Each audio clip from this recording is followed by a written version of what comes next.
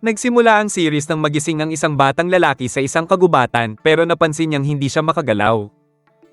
Biglang isang misteryosong boses ang nagsalita sa kanyang isipan at sinabi nito na siya ay reincarnate bilang isang itlog habang ipinakita nito ang kanyang mga stats at abilidad.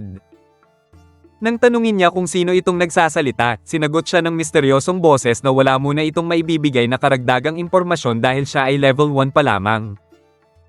Habang hindi siya naniniwala sa mga pinagsasabi nito, bigla siyang nahulog sa puno at doon ay nagkaroon siya ng fall resistance skill at ng titulong clots. Subalit bigla na lamang siyang gumulong ng mabilis pababa ng burol at muntik pang mahulog sa tubig kung saan nang makita niya ang kanyang refleksyon ay doon niya napagtanto na siya nga ay reincarnate bilang isang itlog.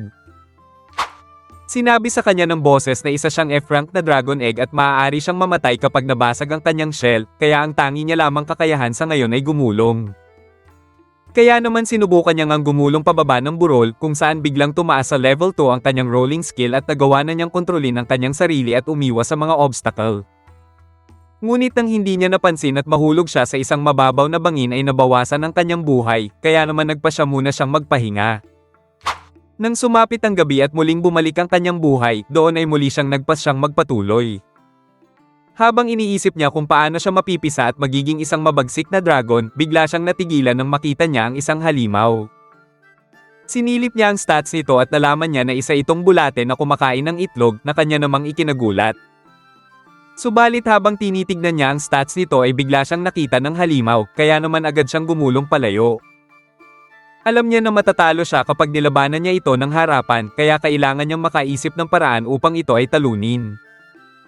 Kaya naman inakay niya ang bulate sa gilid ng bangin at iniwasan niya ang atake nito habang sinamantala niya ang pagkakataon at inatake niya ito pababa ng bangin.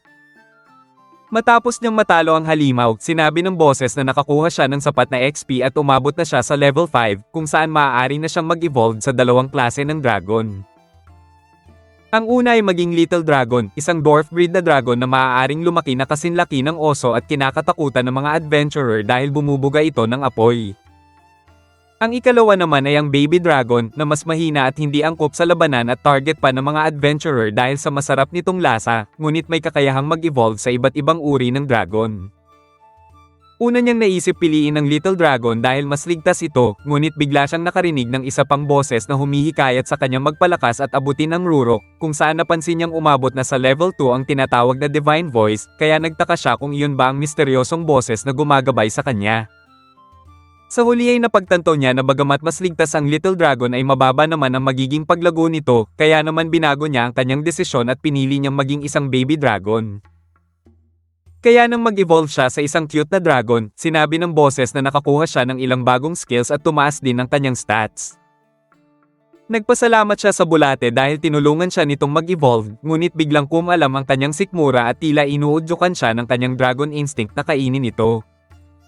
Kahit diring-diri siya sa ideya ay naisip niyang mapupunan nito ang nawala niyang buhay, kaya naman nilakasan na lamang niya ang kanyang loob at kinain ang kinilaw na bulate. Kinabukasan, habang nagmumuni-muni siya ay napagtanto niyang wala na siyang alaala tungkol sa dati niyang buhay, basta't ang alam niya ay dati siyang tao. Subalit habang ginagawa niya yon ay napansin niya na may resback pala ang pinatay niyang bulate, kaya naisip niya na ito ang pagkakataon upang masubukan niya ang kanyang bagong lakas. Agad siyang nakakuha ng XP at umabot na siya sa level 3 kung saan natutunan niya ang baby breath na tinatawag at pagdating ng level 7 ay natutunan naman niya ang nag-aapoy na suntok na tinatawag na Dragon Punch. Matapos niyang patayin ang lahat ng bulate ay umabot na siya sa level 15 ngunit bigla naman siyang nagutom. Dahil ayaw na niyang kumain ng nakakadiring bulate, bigla niyang nakita ang ilang kabute at naisip niya na pwede naman siguro ang mga ito. Subalit agad niya rin itong isinuka dahil nakakalason pala ito, ngunit nagkaroon naman siya ng poison resistance at umangat pa sa level 3 ang kanyang clot skill. Habang naghahanap siya ng ibang makakain, bigla niyang nakita ang isang lobo at napagtanto niya na kaya niya itong talunin dahil mas mataas ang kanyang stats kumpara rito. Kaya naman agad niya itong hinabol at pinabagsak ito gamit ang kanyang Dragon Punch, habang niluto naman niya ito gamit ang kanyang Baby Breath upang gawin naman itong inihaw. Dahil nasarapan siya sa inihaw na lobo ay nangaso pa siya ng ilan nito kung saan umabot na siya sa level 20. Sa sandaling iyon ay bigla siyang nakarinig ng boses ng mga tao pero hindi niya maintindihan ang sinasabi ng mga ito. Kaya naman nagpasya siyang tignan ng mga ito at napagtanto na sila ay mga adventurer na mas mataas ang kanyang stats kumpara sa mga ito. Bagamat nais niyang makipagkaibigan sa kanila ay nababahala siya na baka hindi siya maintindihan ng mga ito dahil isa siyang dragon. Kaya naman sinubukan na lamang niyang magpakyut sa mga ito, ngunit ang tingin pala sa kanya ng mga ito ay isang agresibong halimaw. Agad siyang inatake ng pinuno ng mga ito habang ginamitan pa siya ng magic ng mage para maparalisa. Doon niya napagtanto na iba ang tingin ng mga ito sa kanyang ginawa at sinisisi niya ang sarili sa pagiging tanga dahil sino bang tao ang nais makipagkaibigan sa isang dragon. Ngunit bago pa man siya tapusin ng pinuno ay biglang pinigilan ito ng kanilang healer at pagkatapos ay agad siyang pinagaling nito. Bagamat hindi niya maintindihan kung bakit ito ginagawa ng babae ay labis ang pasasalamat niya rito habang hinayaan lamang ito ng kanyang mga kasama at saka nagpas siyang umalis. Doon ay nalaman niya na ang pangalan ng babae ay Miria.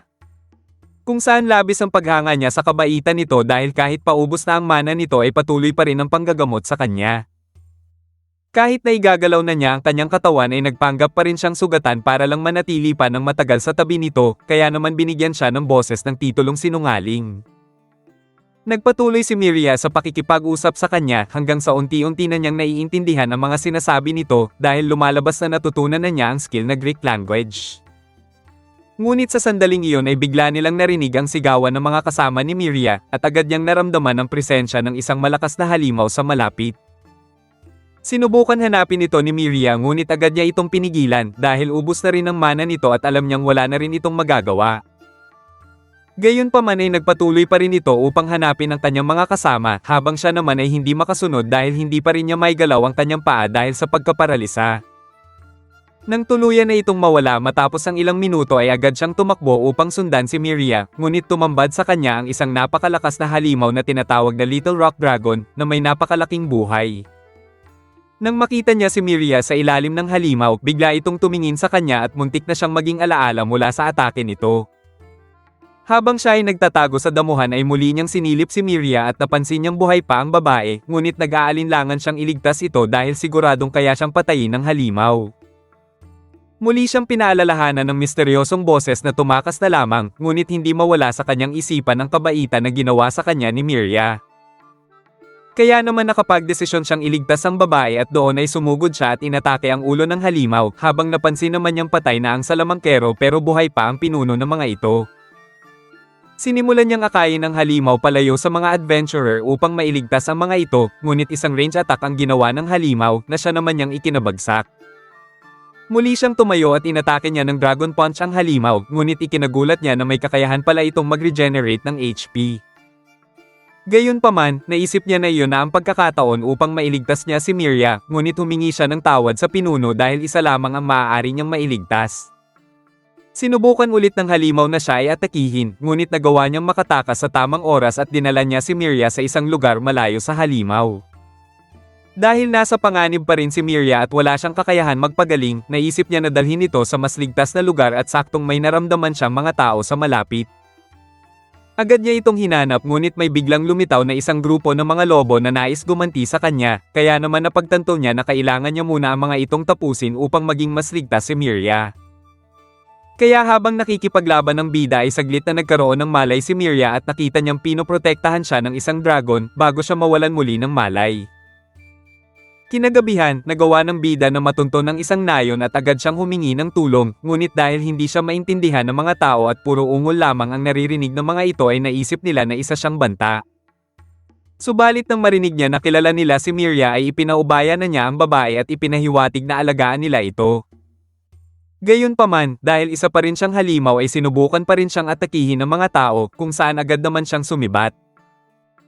Naisip niya na marahil magiging ayos lamang roon si Miria, ngunit masakit niyang napagtanto na kahit anong gawin niyang kabutihan sa mga tao ay hindi siya kailanman maiintindihan ng mga ito dahil isa siyang dragon. Nang magising na si Miria ay sinalubong siya ng kanilang village leader na nagngangalang Mariel na sinabing 2 araw na siyang walang malay dahil sa matinding sugat. Nang tanungin niya kung kamusta ang kanyang mga kasama, ipinaalam ni Mariel na nadatna nilang wala ng buhay ang salamangkerong si Grants, habang hindi naman nila mahanap ang katawan ni Dust at pinaniniwalaan nila itong kinain ng mga halimaw. Nalungkot at nakonsensya si Miria, ngunit pinaalalahanan siya ni Mariel na matigas ang ulo ni Dust at hindi ito nakikinig sa babala. Lumalabas na si Dust ang madalas magtanggol sa nayon kapag may mga umaataking mga halimaw, ngunit ang kanyang kayabangan at pride ang nagtulak sa kanya na hamunin ang pinakamalakas na halimaw sa kanilang lugar. Lumalabas rin na kinonsensya nito si Miria para sumama sa kanila dahil kailangan daw nila ng healer, kung saan wala namang nagawa roon si Miria dahil ayaw niyang mamatay ang mga ito. Sinabi ni Mariel kay Miria na wala siyang kasalanan sa nangyari dahil ang pride ni Dust ang nagtulak rito para sa kanyang kamatayan. Ngunit ang ikinamangha ni Mariel ay kung paano nakabalik si Miria sa nayon kahit malubha ang mga sugat nito. Subalit sinabi ni Miria na nawalan siya ng malay matapos siyang atakihin ng Rock Dragon at alam niya na may nagbuhat sa kanya patungong nayon. Pero nang sabihin ni Mariel na ang nakita lamang ng mga taga-nayon noong gabi na iyon ay isang halimaw sa kanyang tabi, biglang naalala ni Miria na may isang halimaw ang promotekta sa kanya. Kaya nang tanungin niya kung ano ang itsura ng halimaw na nakita sa kanyang tabi, sinabi ni Mariel na wala siyang nakita dahil nakatakas ito bago siya dumating. Ngunit sa isip ni Miria ay kung iyon bang dragon na kanyang pinagaling ang nagligtas at umakay sa kanya. Samantala, gumaling na rin ang bida sa kanyang mga sugat at napagtanto niyang mas mabilis gumaling ang mga dragon kaysa sa tao. Ngunit hindi mawala sa kanyang isipan kung paano siya nilampaso ng Rock Dragon, kaya naman nakapagpasya siyang kailangan pa niyang lumakas. Doon ay muli siyang nagsanay at pumatay pa ng napakaraming bulate gamit ang kanyang iba't ibang kakayahan hanggang sa maabot na niya ang level 25 at maaari na ulit siyang mag-evolve. Sa pagkakataong ito ay mayroon siyang 5 path na maaaring pagpilian, ngunit naguguluhan siya kung ano ang magandang piliin. Kaya naman nais ipaliwanag sa kanya ng misteryosong boses ang mga evolution path na maaari niyang pagpilian. Ang una ay ang mini dragon na may potensyal na mag-evolve sa mas mataas na uri, ngunit mabagal ang paglaki at limitado ang mga susunod na evolution tulad ng little dragon. Ang pangalawa ay ang mini angel dragon na kayang gumamit ng white magic ngunit mahina ang kakayahan sa pakikipaglaban, kung saan agad niyang naisip na tulad ito sa kakayahan ni Miria na magpagaling. Ang ikatlo ay ang Kid Dragon na mas malakas na bersyon ng kanyang kasalukuyang anyo at may malakas na pisikal na abilidad, habang ang ikaapat naman ay ang Kid Marble Dragon na namumukod tangi dahil sa kakayahan nitong gumamit ng mataas na uri ng mahika. Ang ikalima naman ay ang Young Plague Dragon, ang unang yugto ng isang evil dragon na nagpapalaganap ng sakuna, kung saan agad niya itong tinanggihan dahil ayaw niyang maging masama. Ngunit nang sabihin ng boses na napakatalino nito at may kakayahan pang magbago ng anyo bilang tao ay agad na nakuha nito ang kanyang atensyon. Naisip niya na maaari na siyang makipagkaibigan sa mga tao, ngunit nag-aalangan pa rin siya dahil ayaw niyang tawagin siyang masama. Subalit nang maisip niya na pwede naman siyang gumawa ng mabuti at pwede pa siyang mapalapit ng husto kay Miria ay nakapagpasya siyang piliin na ang Young Plague Dragon. Kaya nang mag-evolve siya sa pagiging isang itim na dragon, agad niyang napansin na mukha nga siyang masama, ngunit ipinahayag ng boses na may kakayahan na siyang suriin ng mas detalyado ang kanyang skill at may kakayahan na rin siyang lumipad. Sinabi rin ng boses na natutunan niya rin ang ilang dark type moves habang tumaas din ang level ng kanyang Wrongdoer title at nakakuha pa ng bagong titulong Calamity. Habang ayaw niyang gamitin ang mga bago niyang mga skill dahil nakakatakot daw ang mga ito, bigla niyang naalala na wala sa mga nabanggit ang human transformation skill.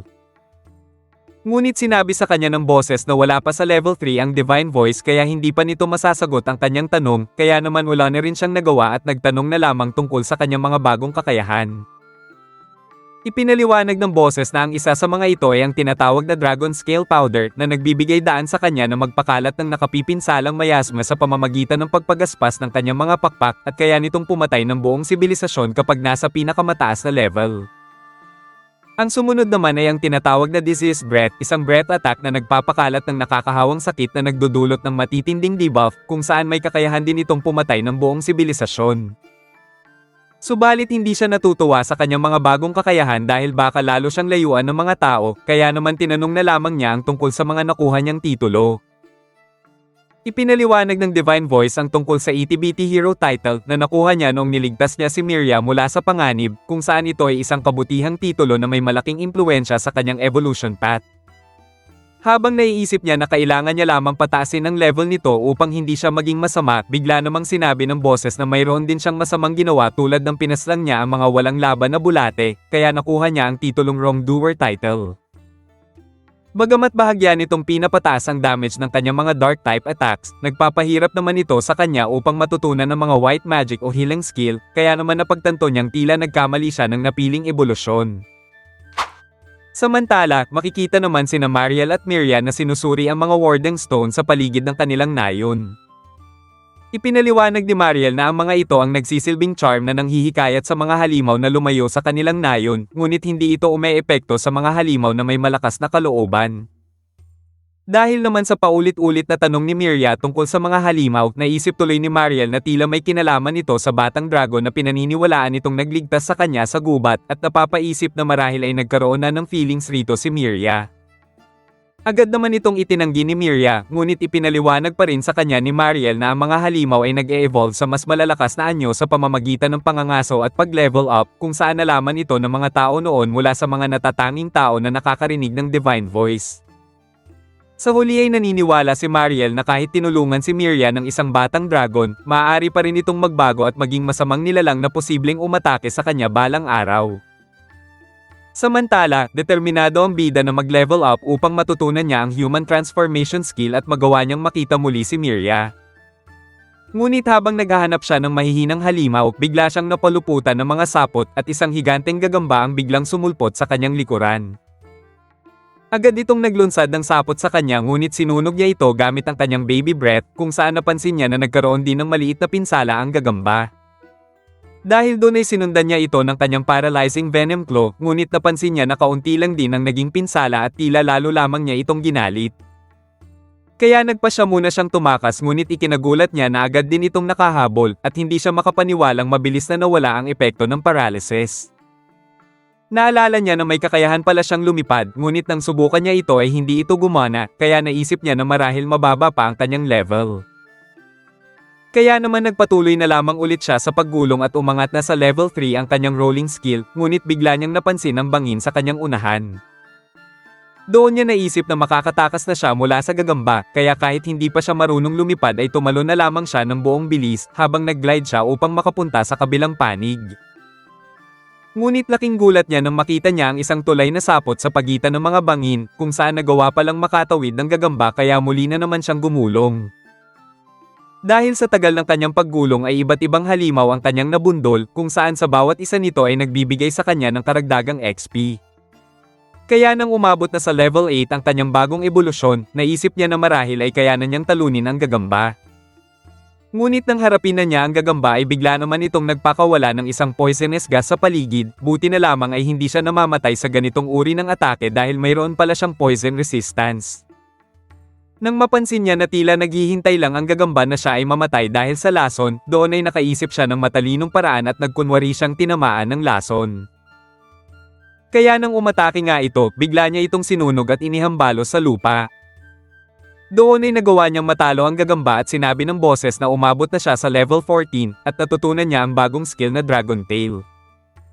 Ngunit nang tanungin niya kung natutunan na rin ba niya ang human transformation skill ay wala na namang sagot rito ang boses, kaya naman napapaisip siya kung matututunan pa ba niya ito. Kinagabihan, nakakita siya ng isang kuweba at doon ay naghahanda siya upang kumain ng kanyang hapunan. Nilagyan niya din ng karne ng katas ng isang prutas na tila kasing amoy ng isang paminta, kaya nang matikman niya ito ay namangha siya sa sobrang sarap. Dahil sa kanyang bagong natutunan sa pagluluto ay binigyan tuloy siya ng divine voice ng titulong Mr. Chef. Napapaisip siya kung tatanggapin na siya ng mga tao dahil sa kanyang pagluluto, ngunit alam niyang hindi iyon mangyayari dahil sa kanyang nakakatakot na itsura. Kaya naman nais niya talagang matutunan ng human transformation skill dahil ayaw niyang maging kaaway ng mga tao sa istoryang ito. Samantala, narinig naman ni Miriam sa isang matanda na nakita daw nito si Dust habang siya ay nangingisda, ngunit tila wala daw ito sa sarili at patuloy lamang na naglalakad hanggang bigla na lamang itong mawala sa kakahuyan. Dahil sa pag-aalala ay agad na nakiusap si Miriam kay Mariel na payagan siyang pumunta sa gubat upang hanapin si Dust, ngunit agad na tumanggi si Mariel dahil masyadong mapanganib doon. Sinabi niya kay Miriam na huwag nang mag-alala dahil hihiling siya ng tulong mula sa guild upang mag-imbestiga at hanapin si Dust.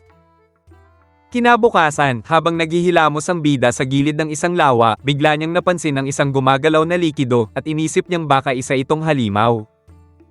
Ngunit nang subukan niyang tignan ang stats nito ay biglang sumakit ang kanyang ulo at sinabi ng boses na hindi pa nito kayang magbigay ng kahit anong impormasyon tungkol rito. Bagamat biglang umangat sa level 4 ang kanyang view stat skill, makikitang malabo pa rin ang mga stats nito at inisip niyang baka isa itong malakas na nilalang. Kaya naman nang bigla itong umatake ay agad siyang tumakbo kung saan nagawa naman niyang makatakas mula rito. Nang magpatuloy na lamang siya sa kanyang paglalakad, nakakita siya ng isang maayos na palayok at naisip niya na pwede itong paglagyan ng mga prutas. Subalit nang pulutin na niya ito ay bigla itong gumalaw kung saan isa pala itong D-rank na halimaw na tinatawag na Potortes, kombinasyon ng palayok at pagong. Dahil ito ang unang umatake sa kanya ay ginantihan niya ito ng Dragon Punch, ngunit halos wala itong epekto. Kaya naman inalog-alog niya na lamang ito at inihambalos pa sa lupa, ngunit gumamit lang ito ng rest at bumalik muli ang buhay. Dahil sa inis niya ay doon niya naalala na pagong lupa pala ito at mahina sa tubig, kaya itinapon na lamang niya ito sa ilog para malunod. Dahil doon ay umangat siya sa level 15, ngunit sinabi ng boses na nagkaroon naman siya ng titulong Dastardly King at Way of Evil. Subalit bago siya umalis ay niresbakan pala siya ng mga kasama nito at nagsimula ang mga itong magpatong-patong upang talunin siya. Pero madali niya lamang tinalo ang mga ito nang ibato niya ang isa sa kanila at sabay-sabay na lahat silang nabasag. Dahil doon ay agad siyang umangat sa level 30, ngunit hindi naman siya makakuha ng maayos na palayok dahil lahat ng mga ito ay nabasag. Nang makakuha na siya ng isa at magpatuloy ng maglakad, doon ay bigla naman siyang nakarinig ng mabibigat na yabag sa paligid. Agad siyang nagtago at napansin niya ang tila isang oso, ngunit dahil masyado itong malayo ay hindi maibigay sa kanya ng boses ang buong stats nito, kundi ang ilang detalye lamang. Nalaman niya na tinatawag pala itong clay bear, isang oso na gawa sa putik, kaya naisip niya na kung matatalo niya ito ay maaari niya itong hulmahin bilang maayos na palayok at may mapapaglagyan na siya ng kanyang mga gamit. Dahil hindi pa siya napapansin ng oso, isang ambush ang inihanda niya para dito. Ngunit nang sumugod na siya ay biglang lumingon ang oso at muntik na siyang mahati sa dalawa dahil ang tiyan pala nito ay may mga matutulis na ngipin na karugtong ng kanyang bunganga. Kaya naman ginamit na lamang niya ang kanyang rolling skill at paulit-ulit niyang inatake ang likuran na bahagi ng oso, ngunit mayroon palang regeneration skill ang oso at bumalik ang buong buhay nito. Gayunpaman, naisip niya na kung patuloy niyang gagawin ito ay mauubos din ang mana ng oso at hindi na rin ito makakapag-regenerate. Ngunit bago pa man siya muling umatake ay biglang sumigaw ang oso at naglunsad ito ng isang buhawi, at ilang matutulis na patusok ang hinulma nito sa kanyang likuran. Bagamat hindi nagagana ang ginagawa niyang hit and run technique sa oso, napansin naman niyang malaki ang ibinaba ng mana nito dahil sa ginawa nitong buhawi, kaya naman naisip niya na kung makakagawa siya ng isang solid na atake ay hindi na rin ito makakapag-regenerate. Hinugot ng oso ang ilang spike nito sa katawan upang gawing sandata, kung saan doon nagkaroon ng ideya ang bida nang mapansin niyang nagiging malambot na putik ito kapag naalis sa katawan ng oso. Kaya naman pinutol niya ang isang braso ng oso at hinulman niya ito sa isang matigas na bola habang ginamit niya ang kanyang bagong skill na meteor para wasakin ang oso. Sa wakas ay natalo niya ang halimaw at ipinahayag sa kanya ng Divine Voice na nakakuha siya ng 300 experience points at umangat na siya sa level 33. Pagkatapos noon ay bumalik na siya sa kanyang lungga at maingat na gumawa ng isang palayok gamit ang putik na nakuha niya sa oso. Habang naghihintay siyang mahubog ang palayok ay bumalik muna siya sa gubat para maghanap ng makakain, kung saan doon ay nakatagpo siya ng ilang kakaibang halaman na ngayon niya lamang nakita. Samantala, makikita namang pumunta ng mag-isa si Miria sa kagubatan kahit malinaw na pinagbawalan siya ni Mariel na pumunta roon. Bagamat hindi siya sigurado kung totoo ang sinabi ng matandang lalaki ay buo ang kanyang pasya na hanapin si Dust dahil kung may maliit na posibilidad na buhay pa ito ay hindi niya kayang manatiling walang ginagawa. Ngunit habang siya ay naglalakad ay isang bulate ang umatake sa kanya, buti na lamang ay nagawa niyang may pagtanggol ang kanyang sarili. Kaya habang abala ang bida sa pag-aaral sa iba't ibang uri ng prutas at gulay na pwede niyang makain, si Miria naman ay naroon din sa parehong gubat at medyo nakakaramdam na ng takot. Pagdating niya sa isang bahagi ng gubat ay nagpasya siyang isang patrol na lang ang kanyang gagawin sa paligid bago siya tuluyang bumalik ng nayon. Nang sumapit ang gabi ay natuwa ang bida nang makita niyang handa na ang ginawa niyang mga palayok kung saan agad niya itong ginamit upang lutuin ang mga nakalap niyang mga sangkap sa gubat. Matapos niyang may handa ang kanyang pagkain ay labis siyang nasarapan sa kanyang nilutong hapunan, kaya naman tumaas sa level 2 ang kanyang titulong Mr. Chef at nagkaroon pa ng titulong Ceramic Artisan. Kinabukasan, matapos niyang manghunting ng mga lobo, pinaghiwalay niya ang balat at laman ng mga ito upang iburo, habang muli siyang bumalik ng gubat upang tignan naman ang mga pinatuyo niyang mga laman. Ngunit pagpunta niya roon ay kinakain na pala ang mga ito ng mga unggoy, kaya naman nakapagpasya siyang lagyan ng lason ang susunod na mga laman na kanyang isasabit para pag kinain ito ng mga unggoy ay siguradong tigok ang mga ito. Dahil hindi pa siya nakontento ay naghanap pa siya ng mga nakakalaso na bulaklak, ngunit doon ay biglang lumitaw ang isang maliit na halimaw na tinatawag na Venom Princess Lacerta, na puro lason lang ang mga kakayahan. Habang nagulat siya sa kakaibang kakayahan ng halimaw, bigla itong tumakbo palayo at naisip niya na baka natakot sa kanya ito. Subalit muli itong sumulpot sa kanyang likuran at kinagat siya nito sa balikat, kung saan agad na umepekto ang laso nito sa kanyang katawan. Bagamat tumaas ang kanyang poison resistance sa level 4 ay masyadong malakas ang kamandag ng halimaw, at doon ay tuluyan siyang bumagsak sa lupa. Agad niyang napagtanto na ang lasong kumapit sa kanya ay isang espesyal na uri, at labis siyang nababahala dahil wala pa siyang nakikitang halaman na kayang makapawi ng ganoong lason. Gayunpaman, sinuri niya ang stats ni Lacerta at nalaman niya na isa itong napakatusong halimaw na nilalason ng biktima bago tumakas at saka babalikan ng labi upang kainin. Gumagawa ito ng lason matapos tunawin ang matitinding nakakalasong sangkap, ngunit ang likido sa katawan nito ay nagsisilbi ring panlunas na ibinibigay nito kapag ito ay nahuli. Dahil doon ay napagtanto niya na wala siyang ibang pagpipilian kundi hulihin ito, kaya naman agad siyang kumilos upang mahanap ito. Kaya nang makita niya ang halimaw ay agad niya itong hinabol, kung saan nalaman niya na marunong din itong gumulong. Habang plano niya na cornerin ito sa gilid ng bangin upang mahuli, bigla itong naglunsad ng mga matitigas na putik patungo sa kanya, na siya naman niyang ikinagulat. Gayunpaman, muli siyang bumangon at binilisan ng paggulong, kung saan sakto namang nahabol niya ito malapit na sa bangin. Kaya naman gumawa siya ng malaking talon at nagawa niya itong matamaan, ngunit sa kasamaang palad ay tumalsik ang halimaw sa ilog. Dahil naroon ang kanyang panlunas ay hindi siya nagdalawang isip na iligtas ito, kung saan nang makuha niya si Lacerta ay ikinagulat ito ng halimaw. Pagkatapos ay ginamit ng bida ang kanyang baby breath upang itulak sila nito pabalik sa gilid ng bangin, ngunit hindi na niya kinaya ang tindi ng lason at siya ay nawala ng malay, habang si Lacerta ay nakatingin naman sa kanya. Kinahapunan, habang bigo pa rin si Miria na mahanap ang kahit anumang bakas ni Dust sa araw na iyon, bigla niyang narinig na tinatawag siya ni Mariel, kaya agad siyang nagmadali upang puntahan ito. Bagamat nagdududa na sa kanya si Mariel na pumupunta siya ng gubat, agad na gumawa ng alibay si Miria at sinabing hinding-hindi niya yon gagawin. Naniwala naman sa kanya si Mariel, habang ibinahagi nito na malapit nang dumating ang mga adventurer na ipinadala ng guild upang hanapin si Dust, kaya naman hindi na dapat siyang mag-alala.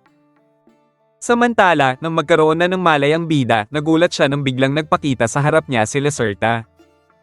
Nang mapansin niya na wala na ang lason sa kanyang katawan, agad niyang napagtanto na inalis ni Lacerta ang lason bilang pasasalamat sa pagliligtas niya rito. Dahil doon ay labis rin ang pasasalamat niya rito, habang doon naman nabuo ang kanilang pagkakaibigan matapos ang isang hindi magandang pagtatagpo noong una.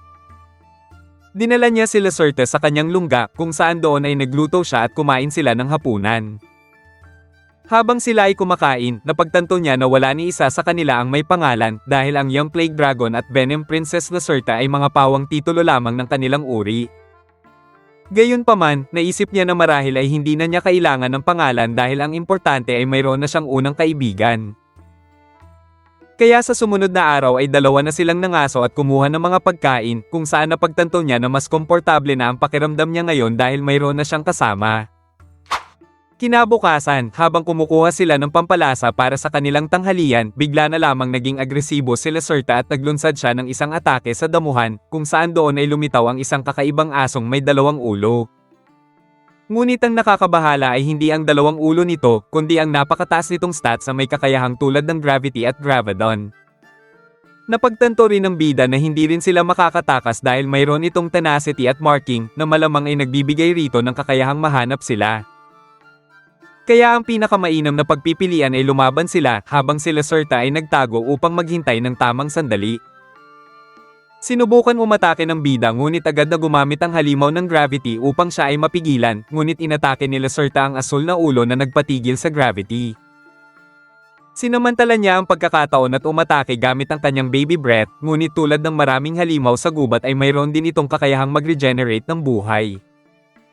Nang mapansin niya na nagcast ang asul na ulo ng Gravadon na tila isang mapanganib na mahika, agad siyang sumugod upang pigilan ito, ngunit kinagat siya ng kabilang ulo.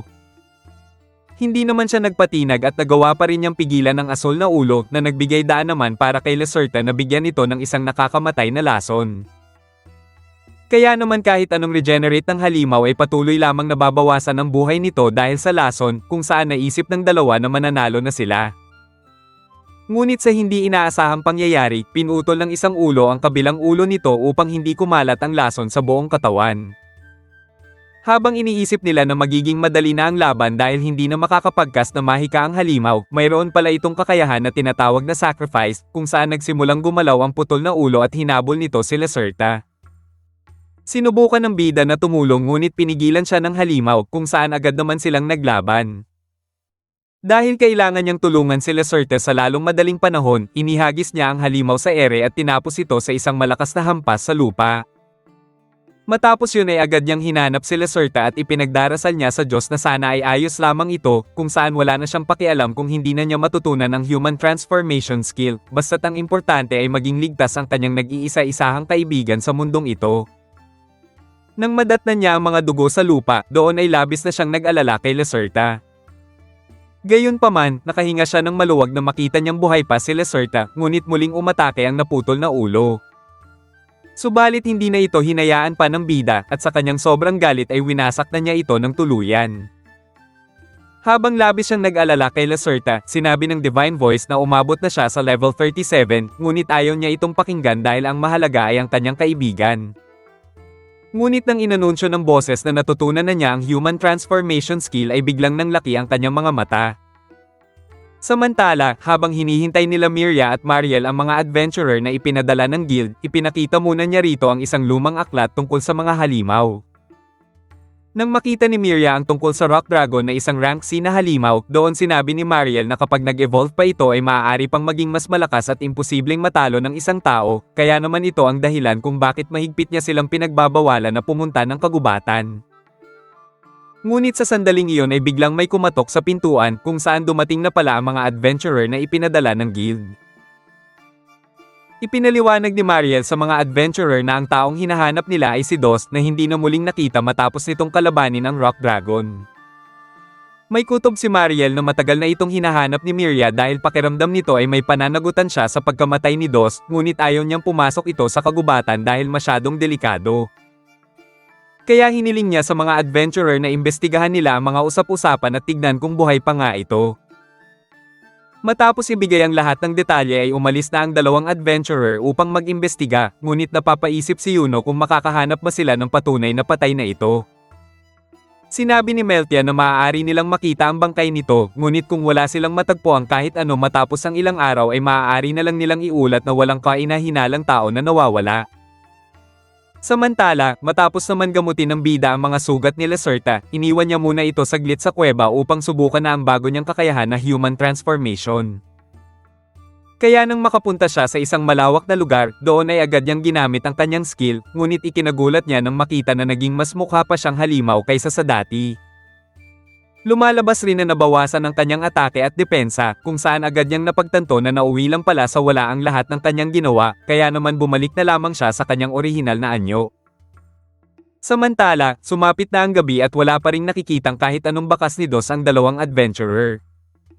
Ngunit sa hindi inaasahan ay aksidente nilang natuklasan ng kuweba ng bida, kung saan base sa mga estatwa rito ay naisip ni Meltia na maaari itong taguan ng mga sumasamba sa dragon. Nagpasya silang imbestigahan ang lugar kung saan nagulat sila dahil napakaliwanag ng loob at namangha sa dami ng mga pampalasang nakaimbak roon. Ngunit biglang lumitaw si Lacerta at binalaan ni Meltia si Yuno kung gaano kapiligroso ang laso nito.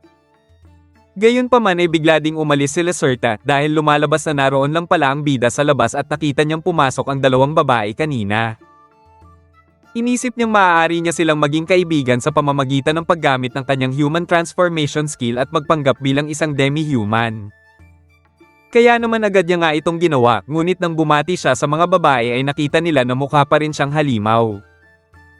Agad na naglunsad ng tig-iisang atake ang dalawang babae hanggang sa mawala ang disguise ng bida at matuklasan nila na isa pala siyang plague dragon.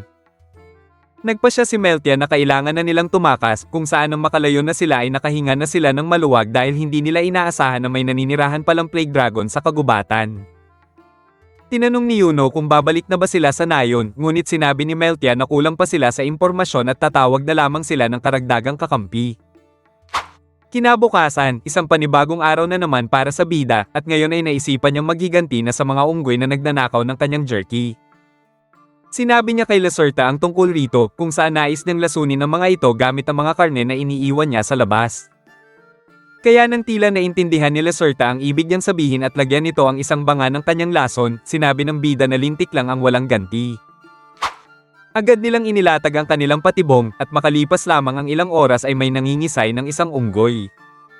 Doon na binanata ng bida ang 3 pang natitira, ngunit agad din ang mga itong tumayo at siya ay pinalibutan. Ngunit may backup siyang Lacerta kaya agad din nila ang mga itong natalo.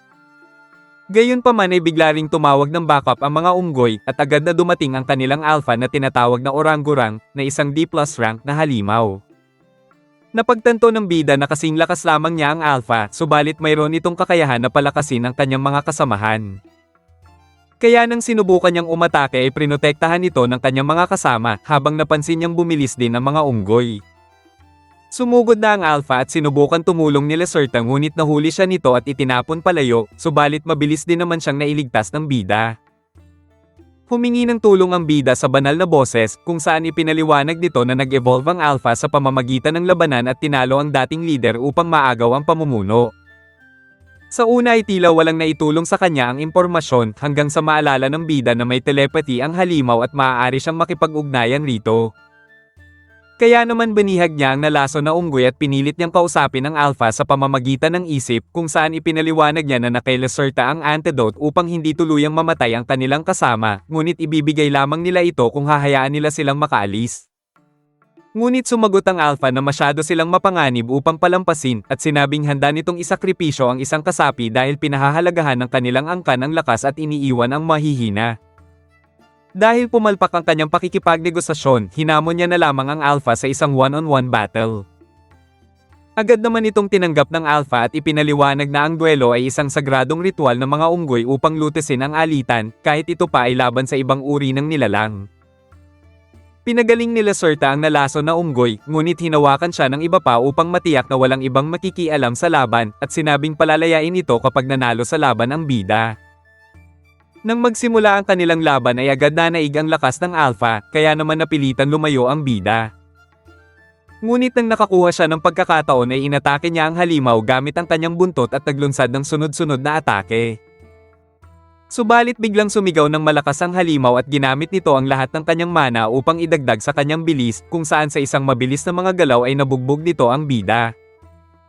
Naisip ng bida na hindi niya kayang tapatan ang bilis ng alpha, kaya naman hinamon na lamang niya ito sa isang mano-manong suntukan. Kumagat naman sa gusto niya ang halimaw at nagsimula silang magsuntukan hanggang sa umabot na sila sa kani-kanilang mga sukdulan. Habang natatay na ang mga unggoy sa sobrang excited, doon ay binitiwan na ng dalawa ang kani-kanilang mga huling suntok. Ngunit sa tamang oras ay nagawang makaiwas ng bida at pinabagsak ang alpha sa isang malakas na suntok. Subalit nang inakala niyang panalo na siya ay nagawa pa ring makaganti ng alpha at pareho silang bumagsak na dalawa. Ngunit bago siya mawala ng malay ay umabot na siya sa level 39 dahil sa kanyang panalo at nakuha pa niya ang titulong clan boss. Nang magising ang bida ay nagulat na lamang siya na nasa kuweba na siya at nasa harap na niya si Lacerta. Agad niyang napansin na tumaas ang kanyang level, kaya ibig sabihin ay nanalo pala siya sa laban kahit tinamaan siya ng suntok ng alpha. Ngunit mayroon nga lang isang problema dahil nasa kuweba niya rin ang mga alagad ng alpha at agad niyang inisip na narito ang mga ito upang ipaghiganti ang kanilang pinuno. Subalit nang mapansin niya na masaya naman ang mga ito, sinuri niya ang kanyang stats at napansin niyang mayroon na siyang titulo ng clan boss, kaya ibig sabihin na siya na pala ang bagong pinuno ng mga unggoy. Naisip niya ngayon na makikinabang na siya sa perks ng mga ito, kung saan maaari niya silang pagtrabahuhin at hindi na siya mahihirapan. Dahil siya na ang pinuno ay dinalhan din siya ng mga ito ng mga prutas, ngunit tila nagseselo sa mga ito si Lacerta. Ipinahiwatig ng mga unggoy na nais daw nila ng karne at pinayagan agad itong kumuha ng bida na lalong nagpaselos kay Lacerta. Kinalaunan, tinuruan na ng bida ang isang unggoy kung paano gumawa ng pinatuyong karne, kung saan matapos niyang ipakita rito ang proseso ay nagsimula na ring magtrabaho ang unggoy. Subalit bigla niyang napansin na tila may kakaiba kay Lacerta dahil halatang tinutoyo ito kanina pang umaga. Hinayaan na muna niya si Lacerta at nagpatuloy siyang mag-isip kung ano pa ang mga dapat gawin. Dahil pansin niya na medyo malaki ang kamay ng isang unggoy ay naisip niyang turuan naman ito kung paano gumawa ng mga banga. Kaya naman matapos niyang ipakita rito kung paano humulma at magluto ng mga banga ay agad din itong nagsimulang magtrabaho. Ngunit paglabas niya ng kuweba ay nahuli niyang humuhulma rin ng putik si Lacerta. Subalit nang sabihin niyang hindi nito kakayanin dahil maliit ang kanyang mga paa ay umalis itong umiiyak. Kaya nang utusan naman ng bida ang dalawa pang unggoy na palawakin at ayusin ang kuweba, biglang bumalik si Lacerta at sobra na siyang naiinis dahil tila naiitsapwera na siya. Kinabukasan, ginising ni Lacerta ang bida dahil kasama na pala nilang natutulog ang mga unggoy sa kama at ang isa ay nakayakap pa sa kanya na para siya nitong papa. Dahil inaantok pa ang bida ay hinayaan na lamang niya ang mga ito, subalit tuluyan ng nainis si Lacerta at nilason niya ang isang unggoy habang patawa-tawa ang salarin sa gilid. Pinagalitan naman ito ng bida kaya't agad nitong pinagaling ang unggoy, ngunit labis pa ring naiinis si Lacerta. Habang nagtataka ang bida kung ano ang kinaiinisan nito, doon na inilabas ni Lacerta ang kanyang hinanaing. Agad na napagtanto ng bida na nagtatampo si Lacerta dahil tila nababaliwala na ito, kaya naman nangako siyang babawi siya rito at sabay silang gagawa ng gawain sa araw na iyon. Kaya naman agad nga silang lumabas para kumuha ng kanilang mga supply, ngunit kapansin-pansin na malungkot pa rin si Lacerta. Naiinis pala si Lacerta dahil sumama pala sa kanila ang makukulit na mga unggoy na dapat ay espesyal na araw iyon para sa kanilang dalawa lamang. Nauna nang naglakad si Lacerta, ngunit bigla nitong nakasalubong ang ilang lobo at agad silang naghanda na dalawa. Subalit bago pa man sila makakilos ay agad na umatake ang mga unggoy at pinagbubugbog ang mga lobo, kaya naman lalong nagalit si Lacerta dahil palagi ang mga itong nakikialam. Samantala, dahil wala pa ring nakukuhang balita simula nang mag-imbestiga ang mga adventurer, nakapagpa siya si Miria na muling pumasok sa gubat upang mag-imbestiga. Habang siya ay naglalakad ay bigla niyang nakita si Dust, ngunit nang sundan niya ito ay wala siyang kaalam-alam na may panganib palang nag-aabang sa kanya. Ngunit habang hinahabol niya ito ay bigla na lamang itong nawala at agad niyang naramdaman ang nakakatakot na presensya na nagtatago sa madilim na kakahuyan. Samantala, matapos naman magkaayos ng dalawa at mangako ang bida na silang dalawa na lamang sa susunod ang lalabas upang mangaso, bigla silang nakarinig ng isang sigaw, isang boses na pamilyar para sa bida. Agad niyang napagtanto na ang boses na iyon ay mula kay Miria at naisip niyang nasa panganib ito. Nais niya sanang isama si Lacerta, ngunit napaisip siya baka may kasama na namang ibang tao si Miria tulad ng dati, at maranasan ni Lacerta ang nangyari din sa kanya noon. Kaya naman inutusan niya itong manatili, ngunit napansin niyang sumunod pa rin sa kanya si Lacerta. Subalit habang patuloy ito sa pagsunod ay bigla itong bumangga sa isang bato, buti na lamang ay napansin ng bida na marami pa rin itong natitirang buhay. Muli na sanang aalis ang bida nang subukan siyang pigilan ni Lacerta, ngunit humingi siya ng paumanhin rito dahil kailangan niyang iligtas si Miria. Kaya muli siyang gumulong sa pag-asang maililigtas niya si Miria, habang naiwan naman ang umiiyak na Lacerta. Samantala, habang napaliligiran si Miria ng isang grupo ng mga pangit na lobo na tinatawag na Mahawolf, biglang dumating ang bida at napatumba niya ang isa. Nang subukan niyang tingnan ang stats ng mga lobo, sinabi ng banal na boses na hindi ito makakapagbigay ng impormasyon tungkol sa mga ito, kung saan napansin niya na tulad din ang status window ng mga ito sa misteryosong slime na nakita niya noon. Umatake na ang mga lobo ngunit gumanti siya gamit ang kanyang flamethrower, habang sinuntok naman ng dalawa pang natitira. Pagkatapos noon ay sinubukan niyang lumapit kay Miria, ngunit halatang natatakot ito sa kanya. Agad niyang napagtanto na marahil ay hindi na siya nito nakikilala dahil siya ay nag-evolve sa ibang itsura, habang sinabi naman ng banal na boses na umangat na siya sa level 40 at maaari na ulit siyang mag-evolve.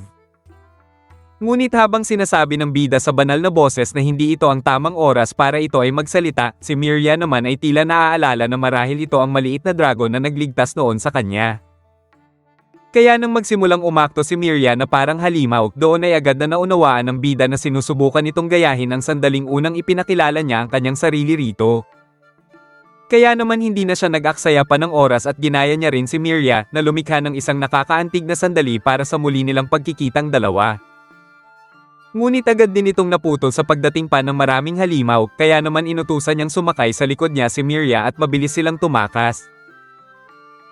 Samantala, habang natuklasan na pala ni na Muriel na nawawala si Miria, ipinag-utos niya sa isang lalaki na nagngangalang Gregory na muling magpatrolya sa nayon, habang siya ang pupunta ng kagubatan upang hanapin ito doon. Sa kabilang banda naman ay dumating na pala ang dalawang backup ni na Meltia at Yuno, ngunit bago sila pumasok sa kagubatan ay kailangan muna nilang makipagkita kay Muriel upang maaprubahan ang reorganisasyon ng kanilang grupo. Samantala, habang patuloy na hinahabol ang bida ng mga pangit na lobo, nakapagpasya na siyang harapin ang mga ito at ilagay muna si Miria sa isang tabi. Gamit ang kanyang flamethrower ay sinunog niya ang tatlong lobo, habang tinapos naman ang isa gamit ang kanyang matalas na kuko.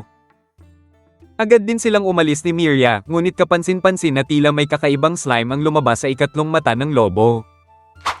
Nang magpatuloy na muli sila sa pagtakbo, napapaisip ang bida kung dapat ba niyang ihatid si Miria sa kanilang nayon, ngunit natatakot siya na baka gawin na naman ng mga tao sa kanya ang ginawa ng mga ito noon.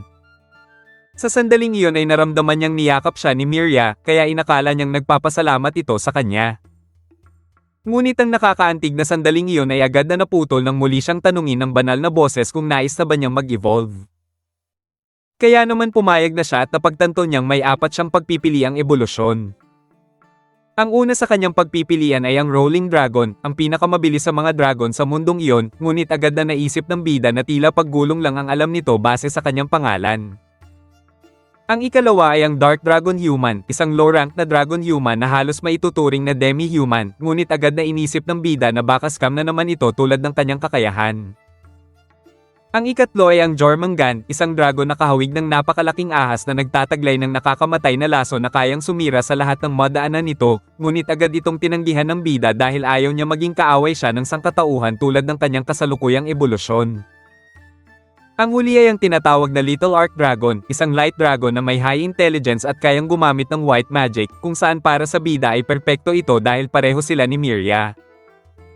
Ngunit habang hindi siya makapamili ay bigla siyang kinalabit ni Miria na nais munang magpahinga malapit sa isang talon.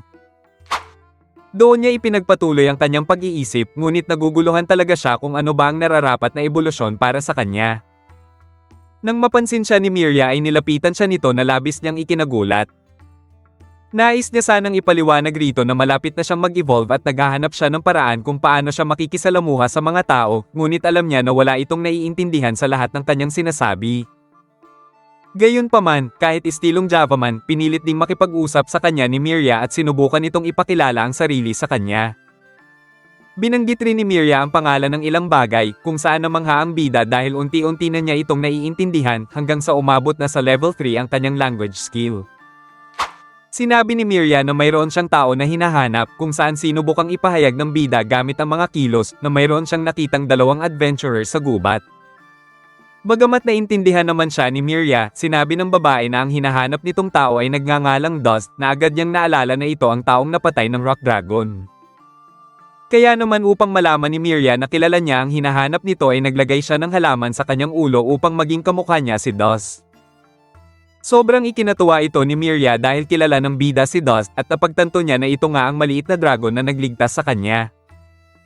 Pagkatapos ay tinanong ni Miria kung ano ang pangalan ng bida, kung saan agad naman itong ipinahayag na wala siyang pangalan. Kaya nang tanungin siya ni Miria kung maaari bang ito ang magbigay ng pangalan para sa kanya, doon ay labis na natuwa ang bida at gustong-gusto niya ang ideya. Doon ay tinawag siya ni Miria sa pangalan na Ilusha, kung saan hango ito sa pangalan ng paboritong bulaklak ni Miria. Labis itong nagustuhan ng bida, kaya tinanong siya ng banal na boses kung nais ba niyang irehistro ang pangalan na iyon. Agad niya itong kinumpirma at mabilis din itong naitala bilang kanyang pangalan, kaya simula ngayon ay tatawagin na siya sa pangalan na Ilusha. Ngunit ang masayang sandaling iyon ay biglang naputol nang bigla silang makarinig ng mabibigat na yabag. Kaya naman agad silang umalis dahil alam ni Ilusha na ang tanging nilalang na may kakayahang gumawa noon ay ang Rock Dragon. Ngunit isang Maha-Wolf na naman ang sumunod sa kanila, kung saan napansin niya sa stats nito ang Magic Energy Reception na nangangahulugang may kumokontrol rito. Hindi nagtagal ay naabutan rin sila ng grupo nito kasama ang Alpha, ngunit ikinagulat ni Miria nang makitang nakasakay rito si Dust at tila wala ito sa sarili. Sinuri rin ni Ilusha ang stats nito at nagtataka siya kung bakit wala itong kahit anong kakayahan.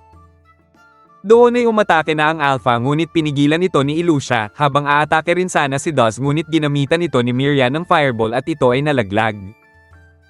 Ngunit ikinagulat nila nang agad itong tumayo at kinuha ang hawak nitong itlog habang agad na inutusan ng mga lobo upang maprotektahan ito.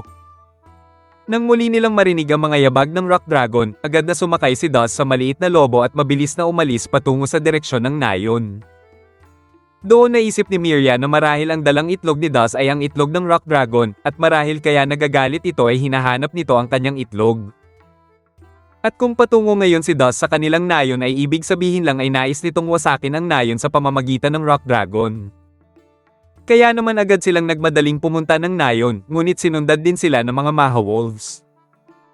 Hiniling ni Miria na ibaba siya ni Ilusha at ililihis niya ang atensyon ng mga lobo upang sa gayon ay agad na mapigilan ng bida si Dust.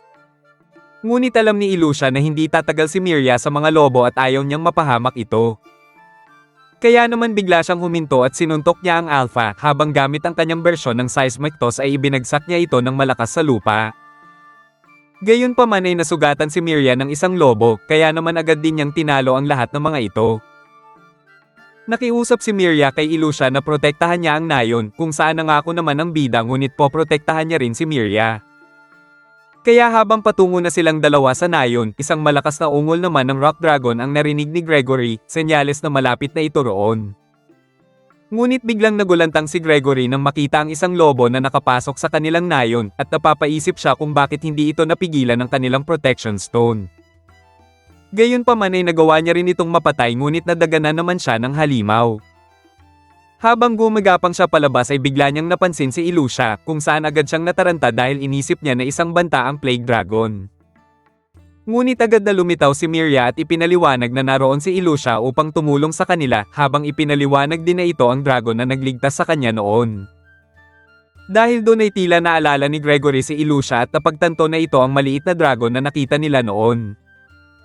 Matapos tulungan ni Ilusha na makatayo si Gregory, ipinaliwanag ni Miria na naiintindihan din nito ang wika ng tao, kaya nakapagpasya si Gregory na magtiwala sa bida at humingi rin ng paumanhin sa ginawa niyang pag-atake noon. Ngunit habang tinatanong ni Miria si Gregory kung nakita nila si Dust, bigla silang naantala sa malakas na ungol ng Rock Dragon. Agad na ipinaliwanag ni Miria ang plano ni Dust na wasakin ang nayon sa pamamagitan ng pag-akit sa Rock Dragon habang dala nito ang itlog ng halimaw. Kaya nang sabihin ni Gregory na nakita nilang dumaan kanina si Dust sa nayon at mayroon itong dalang itlog, hindi na sila nag-aksaya pa ng oras at agad nilang hinanap ito. Bagamat nagulat ang mga tao sa kanilang pagdating, agad nilang tinanong kung saan pumunta si Dust at sinabi ng mga mamamayan na pumunta ito sa direksyon ng Watchtower. Nang muli nilang marinig ang papalapit na ungol ng Rock Dragon, agad silang nakapagpasya na si Miria ang tutulong sa paglikas ng mga mamamayan habang silang dalawa naman ni Ilusha ang pupunta upang hanapin si Dust. Habang sila ay nasa daan, hindi makapaniwala si Gregory na ang dating maliit na dragon na kanyang nakita ay nag-evolve bilang isang plague dragon, na ngayon sakay pa siya nito at magkasama silang lalaban. Nangako siya sa bida na ipapakilala niya ito sa lahat ng tao sa nayon kapag natapos na ang lahat, kung saan labis ang saya ni Ilusha dahil tila matutupad na ang kanyang pangarap. Pagdating nila sa Watchtower, doon ay nakita nila si Dust na pumatay na ng isang mamamayan. Agad na inutusan ni Gregory ang lahat na lumikas dahil papalapit na ang Rock Dragon at makikitang nakapasok na pala ito sa nayon. Ngunit habang tumatakas na ang lahat ng mga mamamayan, makikitang isang bata ang naiwan dahil nagtataka pa rin ito kung bakit nagkaganoon ang idol niyang si Dust. Mabilis na inatake ni Dust si Gregory, ngunit agad din itong napigilan ni Ilusha. Ngunit biglang nagatubili si Ilusha na tapusin si Dust dahil natatakot siyang baka maging tunay siyang halimaw, kaya naman pinili niya na lang na patulugin ito. Gayunpaman ay biglang bumangon si Dust at mabilis na ginawang bihag ang batang nagtatago habang lumalapit ito sa itlog at sa Watchtower. Pagkakuha ni Dust sa itlog ay isang slime ang lumabas sa bibig nito na ikinagulat pa ni Ilusha habang agad itong pumunta sa taas ng tore. Sa sandaling iyon ay nakarating na sa kanilang kinaroroonan ng Rock Dragon, at sobra itong nagagalit dahil sa pagkuha sa kanyang itlog. Nang naghanda na si Dust na wasakin ang itlog ay agad na lumipad si Ilusha upang kunin ang itlog, subalit itinapon ni Dust ang bata kaya napilitan si Ilusha na unahin munang iligtas ito. Subalit ito naman ang nagbigay ng pagkakataon kay Dust na tumalon sa tore upang wasakin ang itlog na siyang lalong nagpasiklab ng matinding galit ng Rock Dragon. Samantala, bumalik na si Mariel sa nayon at agad siyang sinalubong ni Miria at ipinaliwanag nito sa kanya ang sitwasyon. Matapos naman magwala ng Rock Dragon na ikinasira ng ilang kabahayan, nakita nito si Dust na nagsasaya ngunit agad itong inapakan na parang ipis. Gayunpaman, nanggagalaiti pa rin ang halimaw dahil sa pagkawala ng kanyang itlog, kaya nang muling magkita si Gregory at Ilusha ay ipinahiwatig niya ritong pumunta ang mga ito sa ligtas na lugar dahil balak niyang harapin ang halimaw. Nang makaalis na sina Gregory, sinabi ni Ilusha na hindi siya sigurado kung matatalo niya ang Rock Dragon, lalo na't tila mas lumakas ito ngayon.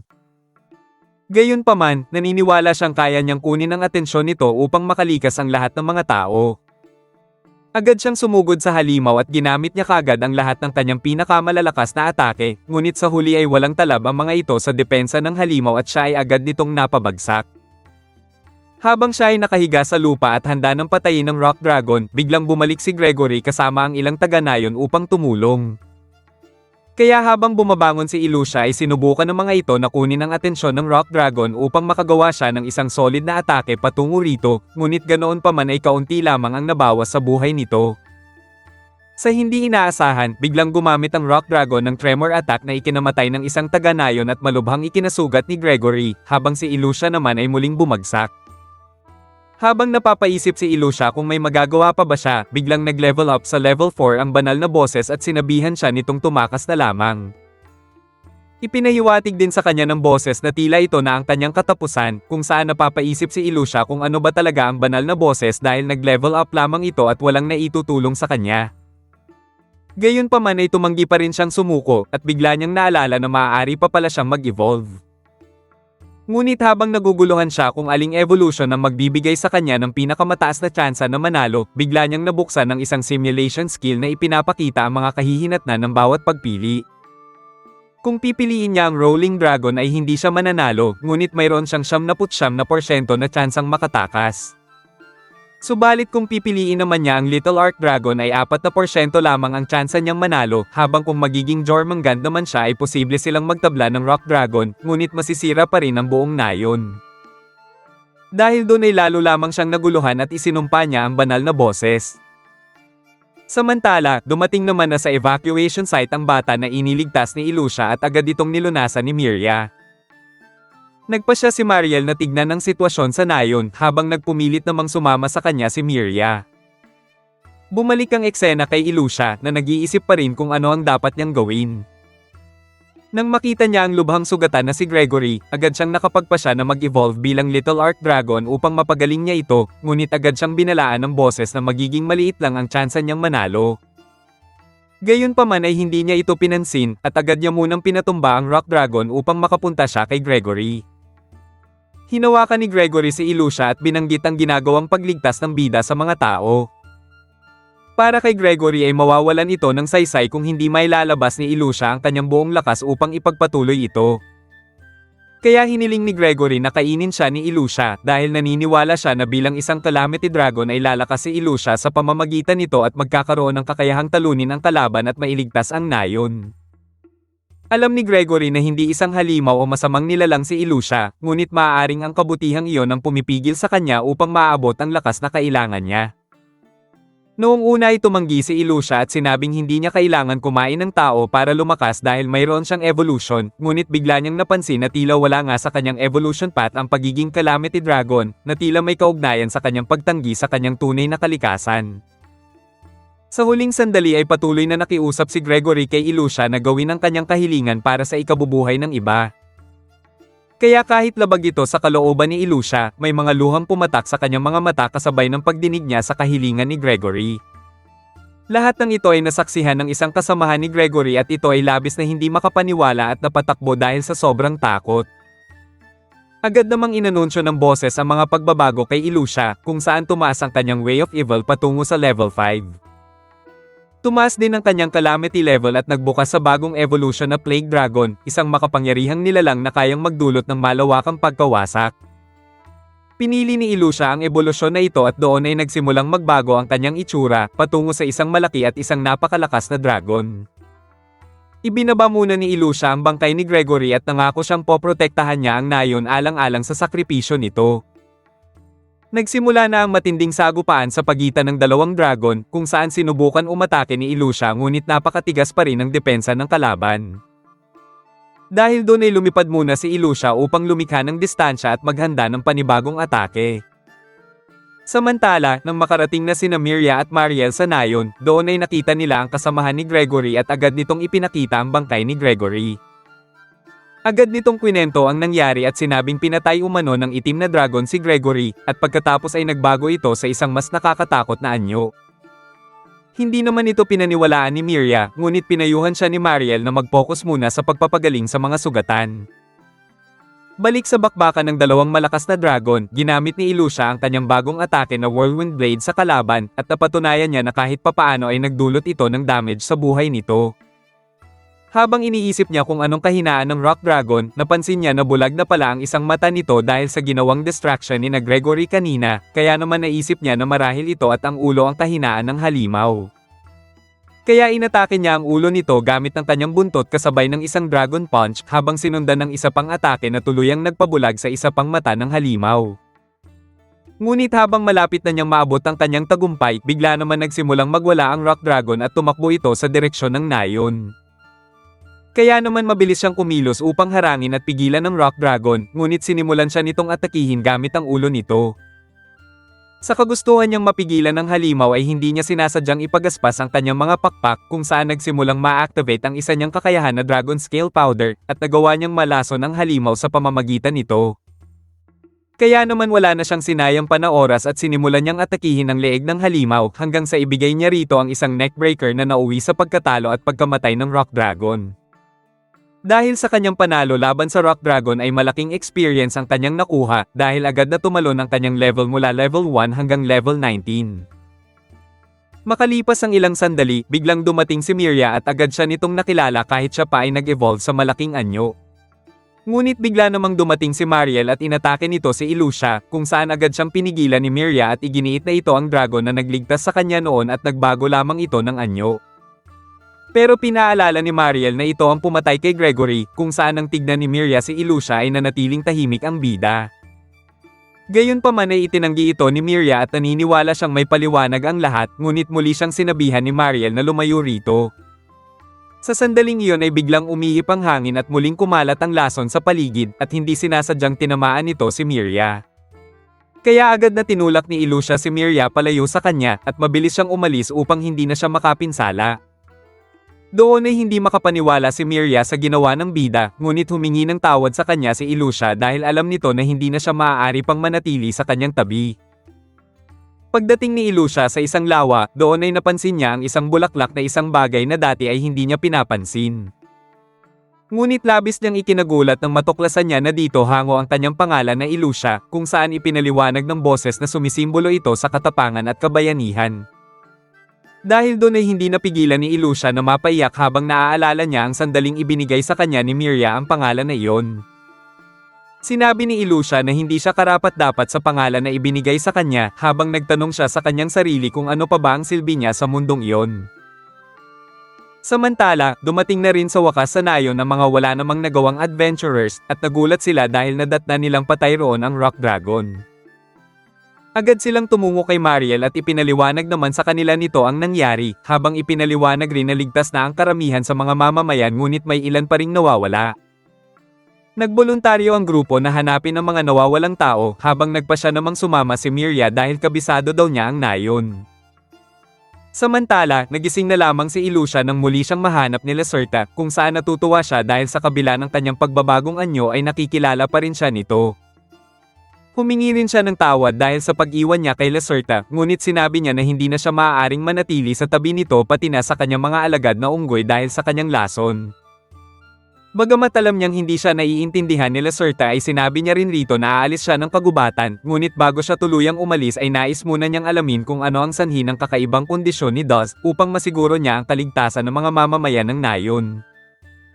Sa ngayon ay nagpa siya munang bumalik si Ilusha sa kanyang kuweba kasama si Lacerta, ngunit bigla siyang nakaramdam ng kakaibang presensya.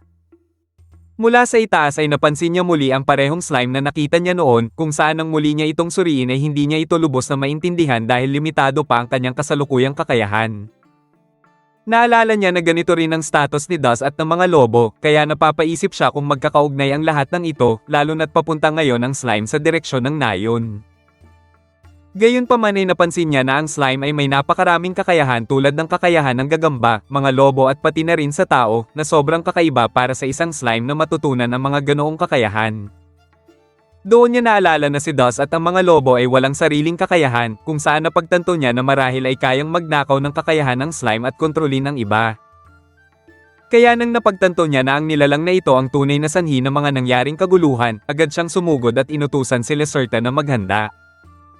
Ngunit nang malapit na siya at aamba ng atake ay biglang naglabas ang slime ng isang makapal na usok at biglang dalawang bata ang lumitaw sa kanyang harapan na kanya namang ikinagulat. Subalit isang lihim na pag-atake ang naglantad sa katotohanan kung saan ito pala ang slime na nagbalat kayong mga bata at ipinakita nito ang kanyang tunay na anyo kay Ilusha. Habang nakilala nito si Ilusha bilang ang batang plague dragon na nakasalamuhan nito noon, agad nitong napansin ang lihim na pag-atake ni Lacerta, ngunit mabilis din itong nag-regenerate. Napagtanto ni Ilusha na napakalakas ng regeneration ng nilalang dahil sa mga ninakaw nitong kakayahan, kaya naisip niya na kailangan niya itong tapusin sa isang malakas na atake. Ngunit bigla itong nagsalita gamit ang wikang naiintindihan ni Ilusha at nag-alok ito na huwag na silang maglaban, subalit tumanggi si Ilusha dahil alam niyang ito ang nasa likod ng nangyaring kaguluhan sa Nayon. Sinabi ng slime na hindi nito lubos na naiintindihan ang mga sinasabi ni Ilusha, ngunit inakala nito na dahil pinoprotektahan niya ang mga tao ay interesado siya sa kanila, kaya muli itong nag-transform sa dalawang bata upang ipakita sa kanya. Ibinunyag din ng slime na siya ang kumontrol kay Dust upang maakit ang Rock Dragon, at kinolekta ang mga kakayahan ng lahat ng tao na namatay dahil sa nangyaring kaguluhan. Dahil doon ay hindi napigilan na lalong magalit ni Ilusha, ngunit lalo pa siyang inasar ng slime at sinabing marahil nais niya ring kumain ng mga tao, kaya hinamon siya nito kung sino sa kanila ang mas maraming makakain. Agad na naglabas ng malakas na apoy si Ilusha at agad na dinala ang slime sa ere, at pagkatapos ay ibinagsak ng napakalakas sa kailaliman ng bangin. Ngunit muli nilang naramdaman ni Lacerta ang presensya nito, kung saan bigla itong tumalon mula sa bangin at nag-anyo naman ito na isang gagamba. Samantala, habang naghahanap sina Miria ng iba pang mga nakaligtas ay aksidente niyang nabanggit ang pangalan ni Ilusha, kaya naman tinanong ni Melke kung sino iyon. Ipinaliwanag sa kanya ni Miria na ito ang Plague Dragon na nagligtas sa kanila, kaya naman tila may naalala rito si Melke. Makalipas ang ilang sandali ay nahanap na nila ang iba pang mga nakaligtas at agad na rin nilang dinala ang mga ito sa evacuation site. Naginhawaan naman si Mariel dahil hindi muling bumalik si Miria sa kagubatan upang hanapin ang Plague Dragon, ngunit nagpahayag si Miria na hahanapin pa rin niya si Ilusha dahil alam niyang may paliwanag ang lahat at nais niyang malaman ang katotohanan. Tinawag na itong isang kabaliwan ni Mariel at sinabing wala raw halimaw ang may kakayahang umintindi sa mga tao, ngunit biglang pumagitna si Melke at iminungkahi na hayaan si Miria dahil siguradong hahanapin pa rin ito si Ilusha, habang nag-alok din siya na sasamahan nila ito upang masigurado ang kaligtasan ni Miria. Sa huli ay wala na ring nagawa si Mariel at pumayag na rin siya, ngunit binalaan niya si Miria na maging maingat sa kanyang mga gagawing desisyon. Nang bumalik kina Ilusha ang eksena, sinubukan umatake ni Lacerta ngunit muli din itong nag-regenerate. Inutusan ni Ilusha si Lacerta na magtago, habang ipinakita naman ng slime ang sarili nito at hinulma ang mga kamay bilang mga patalim. Ngunit naglabas ito ng apoy sa kanyang mga patalim at pinuntirya nito kung saan nagtatago si Lacerta.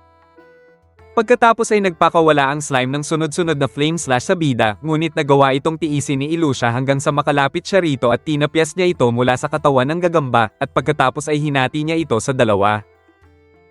Nang inakala ni Ilusha na tapos na ang laban, muling nagdugtong ang slime at kumabit muli sa katawan ng gagamba, habang ipinaliwanag na ang buong katawan nito ang mismong core kaya hindi ito basta-basta mapapatay. Gayunpaman ay hindi ito pinakinggan ni Ilusha at muli niya itong inatake, ngunit ipinahayag ng slime na naiinis na siya sa bida dahil hindi ito marunong makinig. Kaya naman lumikha ito ng napakalaking nagliliyab na patalim at sinabing handa na siyang patayin si Ilusha at kunin ang mga kakayahan nito. Subalit biglang lumitaw si Lacerta na agad din namang napigilan ng kalaban, ngunit nag-iwan pala si Lacerta ng isang matinding laso na agad na umepekto sa katawan ng kalaban. Sa sobrang inis nito ay agad nitong kinuha si Lacerta, at bago pa man makasugod si Ilusha ay muli itong naglabas ng makapal na usok. Nang mawala ang makapal na usok ay ikinagulat ni Ilusha nang makita na lamang niyang nakakulong na si Lacerta sa isang tila kumikinang na kristal. Samantala, habang nagsimula ng maglakad sina Miria para hanapin si Ilusha, nabanggit ni Meltia na nakatagpo rin sila ng isang plague dragon na may anyong tao. Nang tanungin siya ni Mariel kung bakit hindi niya ito iniulat, ipinaliwanag ni Meltia na hindi ito konektado sa kanilang misyon at tumawag rin muna sila ng dagdag na puwersa, ngunit huli na nang dumating ang mga ito kaya humihingi siya ng paumanhin. Dagdag pa niya na nagsasaliksik din siya tungkol sa Plague Dragon ngunit kakaunti lang ang impormasyon dahil halos alamat lang ito at wala talagang nakakaalam ng buong katotohanan tungkol rito. Samantala, nang mapansin ni Ilusha na mabilis na nauubos ang mana at HP ni Lacerta, doon ay medyo nataranta siya at pinagsusuntok niya ang kristal ngunit sobrang napakatibay nito. Subalit nang pinagsama niya ang Whirlwind Blade at Dragon Punch ay matagumpay niyang nawasak ito at napalaya si Lacerta. Ngunit sa hindi inaasahan ay muling lumitaw ang slime at napansin ni Ilusha na gumaling na ang laso nito, kung saan napagtanto niya na marahil ay ninakaw ng slime ang abilidad na antidote ni Lacerta, noong ito ay nakakulong sa kristal. Nagbago ang slime sa anyo ng isang Maha Wolf at nag-alok na magkasundo na lang sila dahil pareho naman silang halimaw, subalit hindi ito pinansin ni Ilusha dahil may isang bagay na bumabagabag sa kanya. Dahil hindi niya lubos mabasa ang status ng slime, naisip niyang marahil ay magkatulad sila nito na nauunawaan ang sistema ng mundong ito. Dahil noong nalaso nito ni Lacerta ay mukhang sinuri nito ang sitwasyon at sinadyang kunin ang antidote ability ni Lacerta, kaya ibig sabihin ay pareho silang may kakayahang umintindi kung paano gumagana ang mundong ito, at ang nilalang na ito ay hindi lang isang pangkaraniwang halimaw sa kagubatan.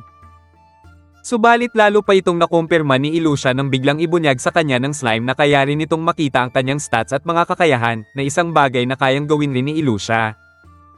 Ibinunyag din ng slime na naririnig din nito ang misteryosong boses na parehong gumagabay kay Ilusha, ang boses na tumutulak sa kanilang dalawa na patuloy na lumakas. Kaya naman doon na napagtanto ni Ilusha ang katotohanan na silang dalawa ng slime ay parehong mga pyesa sa isang baluktot na laro ng isang Diyos. Sa kanyang galit ay naglagay siya ng apoy sa kanilang paligid at ipinahayag na hindi niya hahayaang makatakas ang slime at tatapusin niya ito. Dahil sa ginawang apoy ni Ilusha ay napansin ito nila Miria, kaya naman agad silang kumilos upang puntahan ito. Muling nagsagupaan ng slime at si Ilusha, kung saan sinabi ni Ilusha na hindi niya susundin ang sinasabi sa kanya ng misteryosong boses dahil lumalaban siya ayon sa kanyang sariling paniniwala at para protektahan ang mga mahahalaga sa kanya. Gayunpaman, salungat naman ito sa paniniwala ng slime dahil para sa kanya ay ito ang batas ng mundo at wala silang magagawa kundi sundin ito. Muling bumalik sa pagiging anyong lobo ang slime at naglabas pa ito ng ilang lobo, at pagkatapos ay ginamit ang isa upang sipsipin ang mana nito. Nang makita ito ni Ilusha ay agad niyang pinigilan ito habang mabilis niya ring pinagpapaslang ang iba pang mga Maha Wolf. Subalit hindi napansin ni Ilusha na ang isa pala roon ay ang slime, kung saan bigla itong naglabas ng mga patusok at sinabi na papasok siya sa katawan ni Ilusha upang kontrolin at kunin ang lahat ng kanyang kakayahan. Habang unti-unti nang pumapasok ang slime sa katawan ni Ilusha, tila hindi naman nababahala roon ang bida at mabilis siyang lumipad patungo sa himpapawid. Doon ay napansin pa siya ni Miria at ni Lacerta na parehong nag-aalala kung ano ang binabalak niyang gawin. Nang maabot na ni Ilusha ang mataas na bahagi ng himpapawid, doon ay naalala niya si Miria at Lacerta, kung saan binanggit niyang hindi niya hahayaang may mapahamak pa sa kanila. Doon ay hinawakan ni Ilusha ang slime at mabilis siyang bumulusok pababa ng lupa, kung saan agad na napagtanto ng slime ang plano ni Ilusha at sinabing pareho silang hindi makakaligtas sa impact dahil sa taas ng kanilang babagsakan.